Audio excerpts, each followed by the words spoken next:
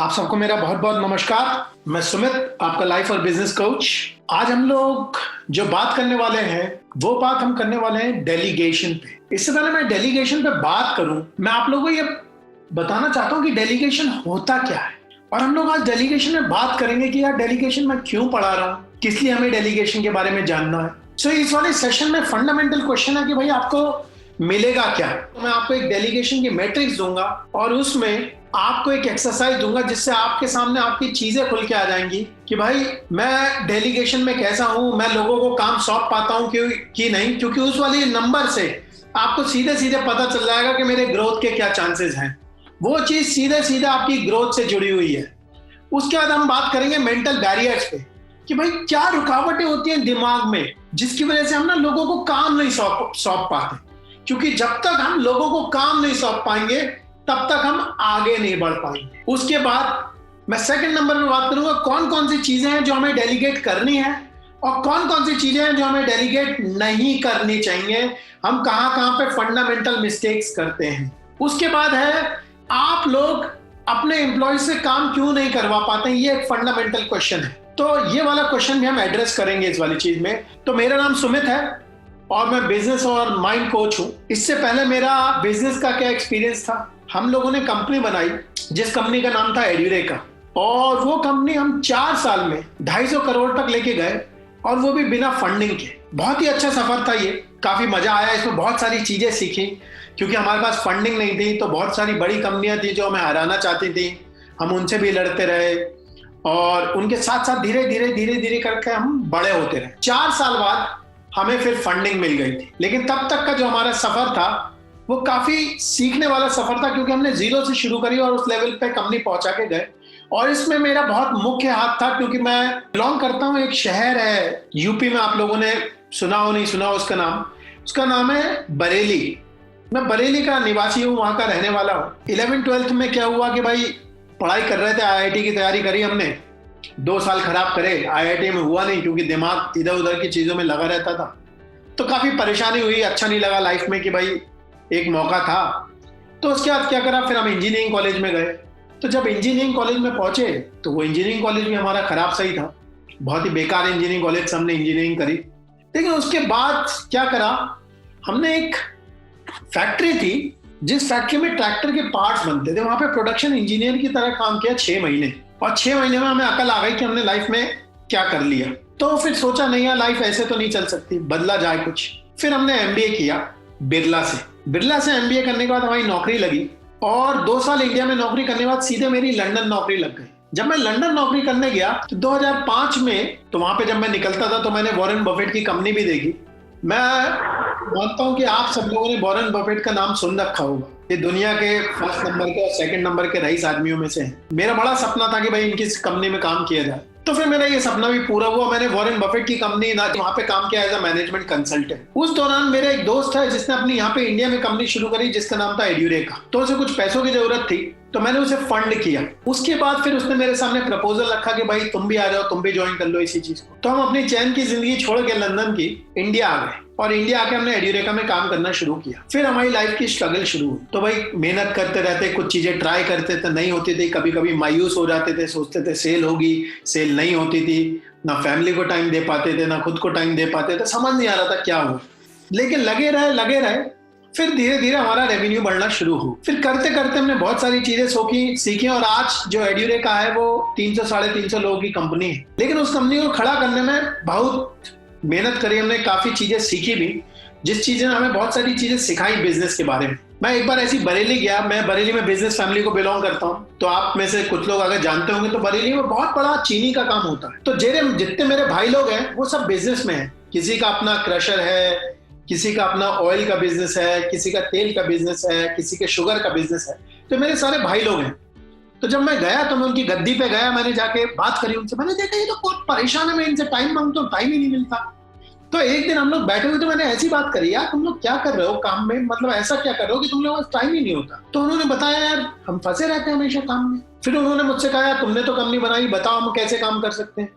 तो मैंने कहा चलो मैं तुम्हारे साथ काम करता हूँ। फिर क्या करा, मेरा एक भाई है रोहित करके, मैं उसके साथ उसकी गद्दी पे बैठा और फिर वहां मैंने ऑब्जर्व करना शुरू किया वहां काम होता कैसे उसका। फिर मैंने महसूस किया कि रोहित जो था वो सारे काम खुद करता था, कि भाई कस्टमर का फोन आ रहा है तो भी वो उठा रहा है, डिलीवरी हो रही है उसका ट्रक वहां से वहां जा रहा है, वो सारे काम वो करता है। मैंने पूछा भाई तुम क्यों कर रहे हो सारे काम? तो वो बोला कि यार भाई कोई मिलता ही नहीं है, कोई मिलता है तो हमारे साथ टिकता ही नहीं है। ऐसा होता है कि मैं रोज आता हूँ और रोज गोले की तरह घूमता हूँ अपने बिजनेस में, और मेरा मन तो करता मैं आगे बढ़ूं, लेकिन मुझे रास्ता ही नहीं पता कि आगे कैसे बढ़ूं, फ्री नहीं हो पाता हूँ, हर टाइम चैन की नींद भी नहीं आती मुझे कभी कभी, और परिवार भी परेशान करता है। फिर मैंने उसके 2 आदमी लिए, बच्चे स्टूडेंट, फिर मैंने उनके ट्रैकर लगवाया, आईटी का एक सिस्टम लगवाया, और सिर्फ वो सिस्टम उन बच्चों को मैनेज करने को दे दिया, उससे ही उसका टाइम फ्री हो गया। उसके बाद फिर वो मेरे साथ बैठा, वो बोला कि यार अच्छा बताओ मेरा चीनी का काम कैसे बढ़ सकता है।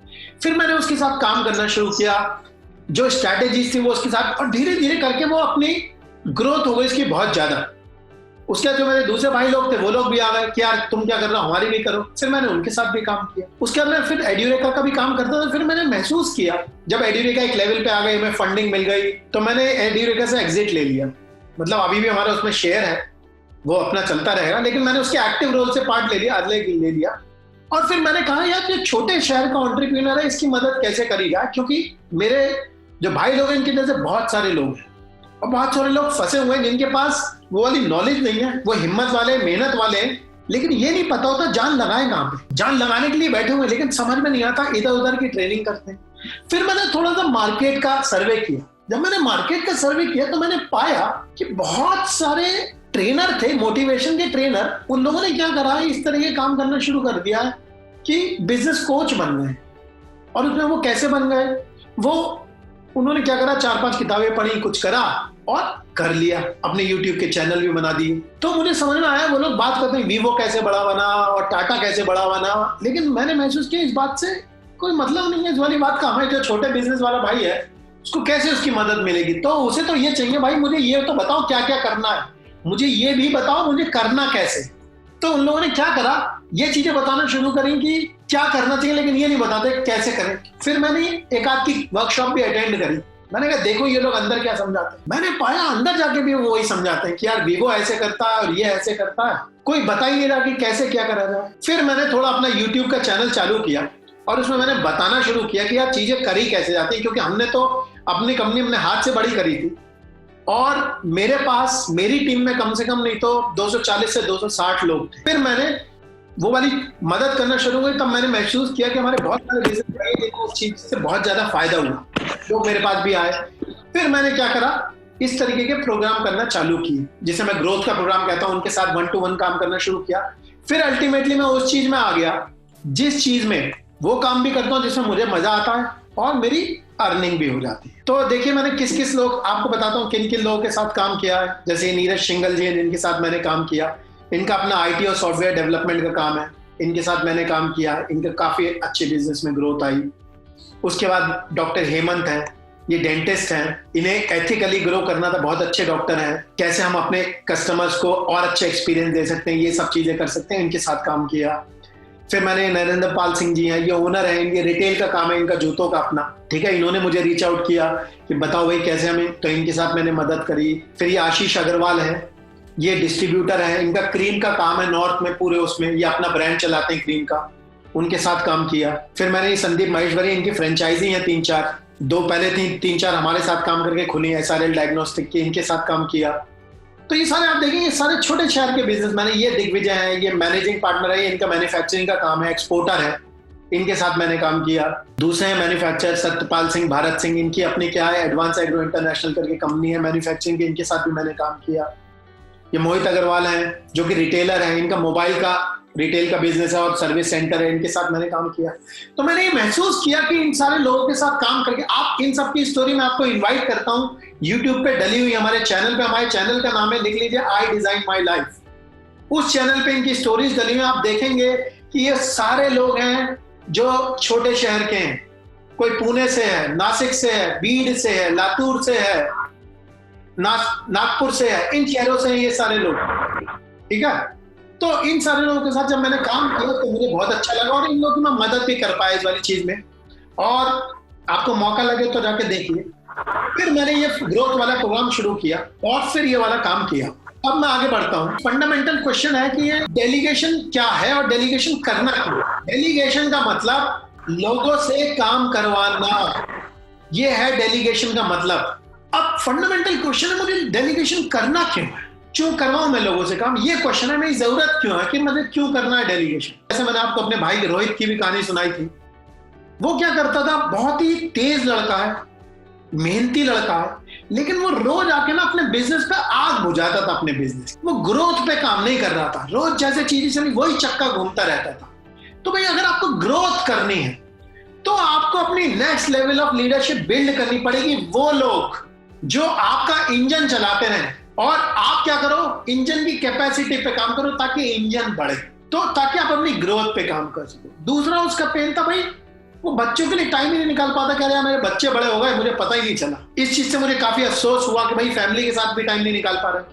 और बेस्ट सेल्फ भी, भाई हर आदमी जो काम करता है वो इसलिए नहीं करता है कि भाई सिर्फ रोजी चलानी। कुछ लोग एक्सीलेंस भी चाहते हैं, जो काम करना है उसमें बेस्ट होने चाहिए। अब इस वाली चीज में आगे बढ़ते हैं कि भाई डेलीगेशन करने से क्या होता है। डेलीगेशन करने से मेरी नेक्स्ट लेवल ऑफ लीडरशिप बनती है। मुझे वो लोग बनाने होते हैं जो कि मेरे इंजन को एज इट इज चलाते रहें जैसा चल रहा, ताकि मैं बैठ के उसकी ग्रोथ पे काम कर सकूं कि उसे ग्रो कैसे करना और आगे कैसे बढ़ाना। क्योंकि अगर मैं ही आके रोज अपना इंजन चलाता रहूंगा तो ग्रोथ पे काम कौन करे। तो आप इसे दो तरीके से समझ लो। इसे ऐसे समझ लो, आप रोज आए, आपके ऑफिस में आग लगी हुई है, आप आके रोज आग बुझा रहे हो, साथ में आपको एक पौधा भी रखा हुआ जिसपे आपको पानी देना, क्योंकि जब आप उसे पानी दोगे तो वो पौधा क्या करेगा, ग्रो करेगा और आपका बिजनेस ग्रो करेगा। लेकिन आप डेली आकर आग बुझाने में लगे रहते हो। तो भाई आदमी रख लो जो ये आग बुझाए, ताकि आप इस पेड़ को पानी देते रहे और ग्रो कर जाए। अब मैं आप लोगों से फंडामेंटल क्वेश्चन पूछता हूं, क्या आप बिजनेस में काम कर रहे हैं कि बिजनेस पर काम कर रहे हैं? जो लोग बिजनेस में काम कर रहे हैं, पहले मैं इसका फर्क बताता हूं। एक ऑर्गेनाइजेशन में 5 तरीके की एक्टिविटी होती है हमेशा: प्लानिंग, इनेबलिंग, डूइंग, मॉनिटरिंग और कंट्रोलिंग। मतलब बताता हूं आपको। प्लानिंग की एक्टिविटी का मतलब मैं इस चीज के बारे में सोचूं, अच्छा यार धंधा बढ़ाना कैसे, क्या क्या चीजें करी जाए, कैसे नए डिस्ट्रीब्यूटर बनाऊं, कैसे और लोगों को हायर करूं कि ये वाला काम कर सकूं, कैसे ये वाला बढ़ा सकता हूं, कैसे अपने प्रोडक्ट को बेटर कर सकता हूं, कैसे नए प्रोडक्ट इंट्रोड्यूस कर सकता हूं। ये सारे काम प्लानिंग के होते हैं। Second, enabling. किसी को इनेबल करना, इस काम में लगना कि यार मैं नेक्स्ट लेवल ऑफ लीडरशिप तैयार कर रहा हूं ताकि कल मैं अपनी दुकान पे, अपने बिजनेस पे नहीं बैठूंगा और ये जो लड़का है ये चलाएगा वो वाला काम। तीसरा काम होता है डूइंग। डूइंग मतलब अपने हाथ से काम करना, अपने अकाउंट्स बनाना, अपने आप ही कस्टमर का फोन उठाना, अपने आप ही कस्टमर का ऑर्डर देना, अपने आप ही मैन्युफैक्चरिंग यूनिट में घुसना, ये काम है डूइंग। मॉनिटरिंग का मतलब जो मेरे काम हो रहे हैं क्या मैं उसे सही से मॉनिटर कर रहा हूं कि नहीं कर रहा हूं, ये होता है मॉनिटरिंग का काम, कि भाई सही से देख पा रहा हूं। कंट्रोलिंग मतलब जहां जहां गड़बड़ है उसे सही करना। तो जो आदमी डूइंग में काम कर रहा है, जो अपने हाथ से काम कर रहा है अपनी कंपनी में, वो बिजनेस में काम कर रहा है। अब देखते हैं कि यार तो फिर बिजनेस पे काम कौन कर रहा है, बिजनेस पर काम कौन कर रहा है? जो आदमी प्लानिंग में लगा हुआ है, मॉनिटरिंग उसकी तगड़ी है, उसने ऐसे सिस्टम बना लिए अपने यहाँ पे जिससे कि वो मॉनिटरिंग अच्छी कर पाता है, वो आदमी कह सकता है कि भाई मैं बिजनेस पर काम कर रहा हूं, बिजनेस में काम नहीं कर रहा हूं। अब आता है मैं डेलीगेट क्यों नहीं कर पाता हूं, मैं क्यों नहीं लोगों से काम करवाता हूं। इसकी वजह में घुसते हैं और इस वजह को दो तरीके से देखेंगे। एक जो मेरे दिमाग में होती है, दूसरी मेरी टीम की वजह से होती है। इन दोनों बैरियर्स को देखेंगे ध्यान से और समझेंगे क्यों नहीं करवा पाता। कोई कहता है मेरे पास ज्यादा टाइम नहीं है सिखाने का, यार मैं जितनी देर में सिखाऊंगा उतनी देर में तो यार ये खुद ही कर लेंगे, मतलब मैं खुद ही कर दूंगा, या इसे सिखाने में बहुत टाइम लगता है। आज आपने उसके साथ आधा घंटा लगाया, लेकिन अगली बार फिर आधा घंटा लगाया, 2 घंटे में आपने उसे तैयार कर दिया उस काम के लिए। तो इसलिए जो आपकी अप्रोच है उसे आगे बढ़ाना है। ये नहीं सोचना मेरे पास ज्यादा टाइम नहीं है, भाई लगाइए टाइम, क्योंकि ये पेड़ लगाने जैसा है। देखिए किसी भी ऑर्गेनाइजेशन में 2 ही तरीके की एक्टिविटी आप करते हैं। एक होती है एसेट बिल्डिंग एक्टिविटी, मतलब जो आज मैं काम कर रहा हूं वो पेड़ की तरह, पानी देने की तरह है। क्या इस पेड़ में ना मुझे पानी देना है क्योंकि ये बढ़ जाएगा। तो आपने जब उसके साथ टाइम बनाया, उसे सिखाया धीरे धीरे, तो आपने क्या कहा, पानी दिया। अब वो आपको फल देना शुरू करे। दूसरी एक्टिविटी क्या है, ट्रांजैक्शनल, मतलब इधर से डाला इधर से निकल गया, आज काम करा कल काम करा परसों काम, ये दिहाड़ी कमाने जैसा काम होता है कि रोज जाते हैं और दिहाड़ी कमा के ले आते हैं, जिस दिन नहीं गए उस दिन दिहाड़ी नहीं कमा पाए। दूसरा होता है लूज कंट्रोल, लगता है यार मैंने नहीं करा तो क्या होगा, यार ये कैसे कर पाएगा, और नहीं कर पाया सही तो क्या होगा, सारे दिमाग में क्वेश्चन। तीसरी चीज आई कैन डू बेटर, इसका मतलब यार मैं ये काम बढ़िया करता हूं। अरे आप ये वाला काम बढ़िया करते हैं, लेकिन आप क्या यही काम करते रहोगे, क्योंकि आपको तो इससे ऊपर के काम करने हैं, क्योंकि अगर आप यही काम करते रहोगे तो उससे आगे कैसे बढ़ोगे। मैं आपको बताता हूं, हमारा जो छोटा एंटरप्रेन्योर होता है वो जो अपना बिजनेस खोलता है, या तो वो मार्केटिंग का पर्सन बन के रह जाता है या वो सेल्समैन बन के रह जाता है, वो बिजनेसमैन नहीं बन पाता। क्यों? क्योंकि उसके अंदर ना दो दिमाग होते हैं, एक दिमाग होता है टेक्नीशियन का, टेक्नीशियन का दिमाग मतलब मार्केटिंग वाली चीज खुद कर रहे हैं, सेल्स खुद कर रहे हैं, लेकिन वो बिजनेस ओनर वाला दिमाग नहीं होता है कि यार ये करवाना है ताकि हम दूसरी चीजें कर पाए। क्या ये वाली बात क्लियर हो रही है? आपको वो काम करवाना है, ठीक है। दूसरी चीज क्या होती है? नो कॉन्फिडेंस इन टीम, मतलब या मेरी टीम ही बेकार है, इसमें और किसी का कसूर नहीं है, सिर्फ आपका कसूर है। आज मैं थोड़ी सी आप लोगों से कठोर बातें करने वाला हूं। वो कसूर ये है कि आपने सही आदमी सही जगह पे नहीं बैठा रखे। सही लोग लगाइए तभी टीम जीतती है। मैं आपको इसका एक टेस्ट बताता हूं। इसका एक टेस्ट ये है कि अगर आपने किसी काम के लिए कोई आदमी एम्प्लॉय कर रखा है और फिर भी आपको उसके साथ बहुत टाइम लगाना पड़ता है, इसका मतलब वो आदमी उस काम के लिए फिट नहीं है। या तो उसकी ट्रेनिंग करवाइए या वो आदमी रिप्लेस करिए। आपको अपनी कंपनी में सोचने के अलावा और मॉनिटरिंग के अलावा कोई तीसरा काम नहीं करना, हाथ के काम नहीं करने हैं। एक चीज होती है task and process not defined. इसका क्या मतलब है? कई बार हमारी कंपनी में जो टास्क होते हैं वो डिफाइंड ही नहीं होते, मतलब सही से क्लैरिटी नहीं होती है। जब मैं पूछता हूं तो लोग बताते हैं कभी हमने बैठ के उस चीज के बारे में सोचा नहीं, इस वजह से आप काम ही नहीं दे पाते हो। क्यों? हमारे प्रोग्राम में लोग आते हैं, मैं उनके साथ काम करता हूं, मैं कहता हूं ये काम इसे दो, क्या नहीं सर ये नहीं कर पाएगा। मैं पूछता हूं भाई क्यों नहीं कर पाएगा, कह रहे हैं नहीं सर इसमें बहुत सारी चीजें होती हैं जो इसे नहीं पता है। अरे नहीं पता है तो हम उसे बताएंगे ना, तभी तो उसे पता चलेंगी। मैं बताता हूँ, मैंने एक अपने प्रोग्राम में आए तो मैंने उनसे कहा एक्सरसाइज दो, एक देता हूं मैं आपको, आप ऐसा करो 5 दिन आपसे ये लोग जो क्वेश्चन पूछे हैं वो क्वेश्चन लिख के मुझे व्हाट्सएप पे भेजते रहो। वो भेजते रहे, तीसरे दिन के बाद उनके क्वेश्चन रिपीट होना शुरू हो गए। क्यों? क्योंकि वो एक ही बात आके बार बार पूछते हैं और आप उसी बात को जवाब देते रहे, तो कभी उनको बैठ के बैठा के ये वाली चीज बता नहीं सकते, क्वेश्चन सेट नहीं बना देते आप। क्यों? क्योंकि आपकी जो अप्रोच है वो ट्रांजैक्शनल है, एसेट नहीं है।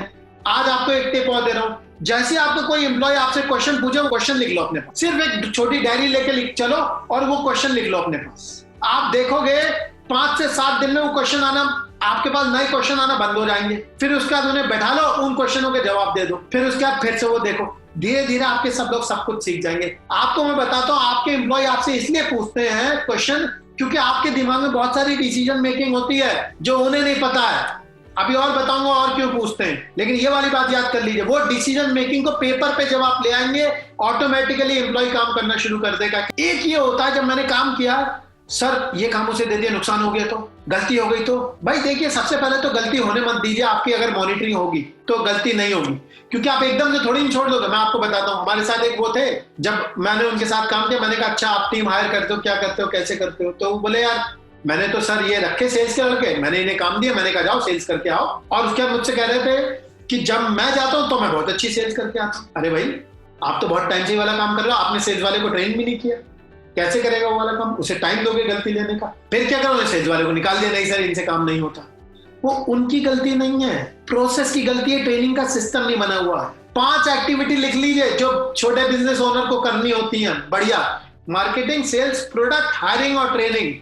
5 चीजें, क्योंकि इन्हीं 5 चीजों में आप फंसे हुए होते हो। कैसे? मार्केटिंग नहीं करते हो, जितने ग्राहक आ रहे हैं उन्हीं से काम चलाते रहते हो। दूसरी चीज सेल्स की टीम डेवलप नहीं करते हो ताकि वो जाके डिस्ट्रीब्यूटर वगैरह से मिले। प्रोडक्ट, नए प्रोडक्ट इंट्रोड्यूस नहीं करते हो क्योंकि चीजें चलती जा रही हैं। चौथे 5वां हायरिंग, लड़के हायर नहीं कर पाते हो इसलिए किसी को डेलीगेट नहीं कर पाते हो। ट्रेनिंग बना नहीं रखी है। ये 5 चीजों पे मेरे एक्सपीरियंस में, जो मैंने इतने सारे बिजनेस भाइयों के साथ काम किया, इन 5 चीजों के फंसे हुए होते हैं वो लोग। नेक्स्ट, टीम के क्या बैरियर होते हैं जब आप डेलीगेट करने की कोशिश करते हैं? तो भाई कोई कहता है मैं तो पहले से ही काफी कर रहा हूं, वो मोटिवेटेड नहीं है। फियर ऑफ मेकिंग मिस्टेक, ये बहुत बड़ा होता है कि मुझसे गलती हो गई तो। देखिए मैं आपको बताता हूं, सबसे पहली बात, जिस भी आदमी को आपको ग्रो करना है उसे ना आपको गलती करने का मौका देना पड़ेगा। जिस दिन आपने उसे गलती पे डांट दिया, उस दिन आपने उसकी डिसीजन मेकिंग एबिलिटी पे हथौड़ा मार दिया। जिस भी आदमी को आपको डेवलप करना है उसे गलती करने दीजिए। मैं आपको लिख के दे रहा हूं, ऐसा नहीं हो सकता आपने कोई गलती ना करी हो। उसे गलती करने दीजिए, लेकिन उसके साथ उस गलती में बैठिए और देखिए अगली बार ना हो। उससे बोलिए नई गलती कर, एक गलती को बार बार मत कर। Right, not enough experience. भाई वो लड़का ढूंढ लीजिए जिसके पास ज्यादा एक्सपीरियंस ना हो, उसे ट्रेन करिए। भाई मैं तो जब हमने अपनी कंपनी चलाई थी, हमारे पास तो ज्यादा पैसे नहीं हुआ कर, तो हमने तो इंजीनियरिंग कॉलेज के लड़के हायर करके उन्हें ट्रेन करके सारे काम करवा। और आज भी हमारे यहाँ सिर्फ जो पहली लीडरशिप की लाइन है, कम से कम 5 लाइनें लीडरशिप की, लेकिन जो सिर्फ पहली लाइन है वो सबसे ज्यादा पैसे लेती है। जो लोअर लाइन है उनका अभी भी उतनी ही सैलरी है, क्योंकि हमें उन्हें ट्रेन करना आता, हायर करना आता। तो देखिए भाई, डेलीगेशन को अगर आप देखेंगे, सिर्फ 2 चीजें होती हैं डेलीगेशन, और वो है माइंड और एक है स्किल। ये तो बहुत ही इंपॉर्टेंट शब्द है। इन शब्द को ध्यान से नोट, सिर्फ यहाँ पे फंसा होता माइंड पे और स्किल पे, इसके अलावा कुछ भी नहीं है डेलीगेशन में। और इसकी वजह से मैं आपको बता दूं, सालों साल फंसे रहते हैं, सालों साल तक वैसे काम करते रहते हैं। क्यों? क्योंकि गले से नहीं हट सकते, चोरी हो जाएगी इन्वेंट्री में, इस वजह से फंसे रहते हैं। लेकिन डेलीगेशन सिर्फ ये 2 चीजें, माइंड और स्किल का गेम है। अब मैं बताता हूं बाकी सब क्या है। इसके अलावा बाकी हर चीज एक चेकलिस्ट है बस। अगर आपने वो माइंड वाली चीज को समझ लिया तो स्किल वाली चीज सारी चेकलिस्ट से सॉल्व हो जाती है। ये बिल्कुल भी कठिन काम नहीं है। क्या ये वाली बात क्लियर हो रही है? एक बार आपने इस सारी चीजों की चेकलिस्ट बना ली और उस तरीके से काम करा, तो आप देखो यूं प्रॉब्लम रिजॉल्व हो जाएगी आपकी। आप चेकलिस्ट की तरह देखिए चीजों को। डेलीगेशन के टास्क कौन से डेलीगेट करने चाहिए, कौन से नहीं डेलीगेट करने चाहिए। रूटीन टास्क, मुझे बताइए, क्या आप ये नहीं पता लगा सकते मेरे रूटीन टास्क कौन से? क्या आप ये नहीं पता लगा सकते जो दूसरे लोग जो अच्छा काम कर लेंगे, task which others can do better, क्या ये पता नहीं लगा सकते हैं? इंटरेस्टिंग टास्क दे दीजिए, क्योंकि कई बार हम लोग क्या करते हैं, यार इसे ही वाला टास्क दे दो क्योंकि मुझे अच्छा नहीं लगता। ये गलत बात है। जो चीज आपको अच्छी लगती है वो दूसरे को कैसे अच्छी लगेगी, इसलिए उसे पूरा टास्क दीजिए। और क्या करिए, टाइम कंज्यूमिंग टास्क दीजिए। अब मुझे बताइए, अगर मैं आपकी एक लिस्ट बनवा दूं, जिस लिस्ट में कहूं चलिए अपने सारे टास्क लिख दीजिए, क्या आप इन क्वेश्चनों के आंसर दे देंगे कि नहीं दे देंगे? तो क्या है ये चेक लिस्ट है। Second, task you should not delegate, ill defined task, मतलब किसी को टास्क समझाया ही नहीं वो पूरा एंड टू एंड कैसे करना है, और उसे दे दिया तो बेचारा कर ही नहीं पाया। फिर कहा नहीं यार ये चीज नहीं चलती। क्यों? क्योंकि आपने कभी ये चीजें डिफाइन ही नहीं करी। क्या क्लियर है ये वाली बात? ये वाला काम कभी मत करिए। डेलीगेशन का ये सबसे बड़ा गुनाह है। सबसे बड़ा गुनाह इल डिफाइंड टास्क किसी को दे देना, क्योंकि अगर इल डिफाइंड टास्क दे दिए जाते तो मैकडोनल्ड नहीं बन पाती। क्राइसिस सिचुएशन मत दीजिए किसी को, और कॉन्फिडेंशियल टास्क मत डेलीगेट करिए। मैं फिर से बोलता हूं, बड़ा स्टेटमेंट है लेकिन बता रहा हूं आपको, ये सिर्फ एक चेकलिस्ट है। बाकी की चीजें अब दिखाता हूं। चेकलिस्ट, डेलीगेशन का प्रोसेस क्या होता है? डेलीगेशन की तैयारी करिए कि यार मुझे अब ये करना है। टास्क चुनिए डेलीगेट करने के लिए, ये आप कर सकते हैं। ये भी चूज अ टीम मेंबर, ये भी एक चेकलिस्ट है भाई। स्किल विल मैट्रिक्स है जो मैं आपको बताऊंगा। क्रिएट मॉनिटरिंग सिस्टम बना दीजिए, ये भी डिफाइंड चीज है। चेकलिस्ट डेलीगेट करिए और फीडबैक दीजिए। आपको मैं बताता हूं, ये सारी चीजें अगर आप चेकलिस्ट से करेंगे आपका काम ऑटोमेटिकली हो जाएगा। इसमें सिर्फ लगना होता है, क्योंकि हमें क्लैरिटी नहीं होती, हम इसलिए नहीं करते। ये बहुत इजी काम है। अब एक काम कर लीजिए, जो मैंने आपको शीशे वाली बात कही थी, ये वाले एक पेन पेपर लीजिए और ये चीजें लिखिए अपने आप। Marketing, sales, product, purchase, operation, यहाँ पे लिखिए आपकी कंपनी में इसके कौन कौन ओनर है। जहां पे अपना नाम हो वहां पे अपना नाम लिखिए, जहां पे कोई दूसरा देखता हो वहां पे लिखिए। जहां पे आपने अपना नाम लिखा है वहां पे अपने आप को 1 दे दीजिए। इन सारे कामों में आप सारे कामों में इन्वॉल्व हैं, आपके बिना इस चीज में काम नहीं चलता तो आप 1 दे दीजिए। मार्केटिंग में आपके बिना काम नहीं चलता, अगर नहीं होती तो भी 1 दे दीजिए। सेल्स में आपके बिना काम नहीं चलता, नहीं होती तो भी 1 दे दीजिए। ठीक है। उसके बाद मॉनिटरिंग में आप किस किस चीज की अच्छी तरीके से करते हैं, जिसकी मॉनिटरिंग आप नहीं करते उसे भी 1 दे दीजिए। करिए ये वाली एक्सरसाइज, देखिए मत, क्योंकि इसका टोटल निकलेगा, उससे इन्फ्लुएंस आएगी। ठीक है। कंट्रोल, कौन सी जो एक्सरसाइज में आप कुछ एक्शन लेते हैं बच्चे को, उसमें 1 दे दीजिए, नहीं तो 0 दे दीजिए। जिस आदमी का सबसे कम स्कोर आएगा इस चीज में, उसका बिजनेस ऑटोमेटिकली ग्रो हो जाएगा। अगर आपका बहुत जगह पे 1 आ रहा है ना, 1 मतलब गलती, 0 मतलब 0 गलती। अगर बहुत सारे फंक्शन में आपका 1, मार्केटिंग में आप बैठते हैं, सेल्स में भी आप बैठते हैं, आपके बिना काम नहीं चलता, प्रोडक्ट की आपके एक्टिविटी होती ही नहीं है, तो अपने आप को 1 दे दीजिए। परचेज में अगर आपके बिना परचेज नहीं होती तो 1 दे दीजिए। आपके बिना ऑपरेशन नहीं चलता तो 1 दे दीजिए, आपके बिना डिलीवरी आउटसाइड की नहीं होती तो 1 दे दीजिए, अकाउंट आपके बिना नहीं चलता तो 1 दे दीजिए, क्रेडिट कलेक्शन नहीं चलता तो भी 1 दे दीजिए, एचआर आपके यहाँ नहीं होता तो 1 दे दीजिए। आप देखेंगे बहुत सारे लोग इसमें बहुत ज्यादा स्कोर करेंगे। आप सभी जगह बैठे हुए होंगे, आप देखेंगे आपने ना 1 मैन क्रिकेट टीम बना रखी है। क्या करते हैं, खुद ही बॉलिंग करते हैं, फिर खुद ही जाके बैटिंग करते हैं, और फिर खुद ही जाके फील्डिंग करते हैं, कैच पकड़ते हैं, और फिर खुद को ही आउट कर देते हैं रात को। ठीक है, हो जाती है आपकी दिन की मैच खत्म। अगर आप अपने बिजनेस को ग्रो करना चाहते हैं तो हम एक प्रोग्राम भी रन करते हैं जिसे हम ग्रो योर बिजनेस 5x कहते हैं। ये एक ऑनलाइन प्रोग्राम है 3 महीने का, जिसमें हम आपके साथ आपके बिजनेस को ग्रो करने में आपकी मदद करते हैं।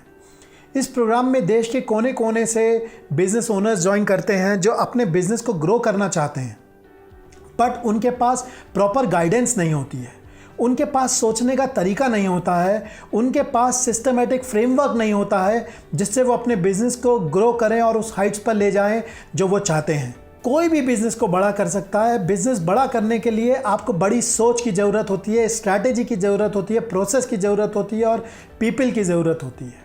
आप जब इस प्रोग्राम को ज्वाइन करते हैं तो इसके ज़रिए आप अपने बिजनेस को वो ग्रोथ दे सकते हैं जो आपने चाही है। मैं अपने बारे में थोड़ा सा बता देता हूँ। अपनी पुरानी कंपनी को हमने 0 से 250 करोड़ तक पहुँचाया था, वो भी 4 साल में बिना किसी फंडिंग के। और मैं बहुत सारी कंपनियों के साथ उनके बिजनेस कोच की तरह काम करता हूँ, जिसमें मैं उनकी मदद करता हूँ उनके बिजनेस को ग्रो करने के लिए।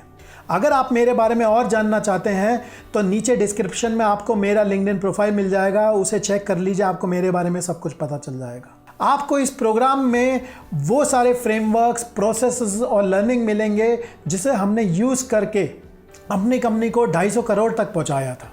अगर आप इस प्रोग्राम को ज्वाइन करना चाहते हैं तो डिस्क्रिप्शन में दिए हुए फॉर्म को भर दीजिए, हमारे कंसल्टेंट्स आपको रीच आउट कर लेंगे और इस प्रोसेस को आगे बढ़ा देंगे।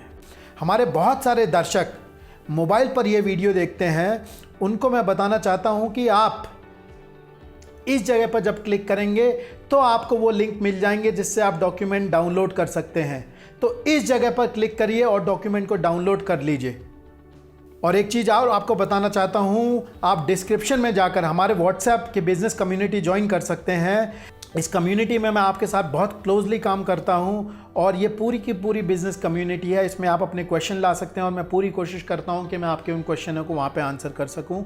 मैं इस कम्युनिटी में डेली लेवल पे वीडियो भी बना के डालता हूँ जिससे बहुत सारे लोग बेनिफिटेड होते हैं।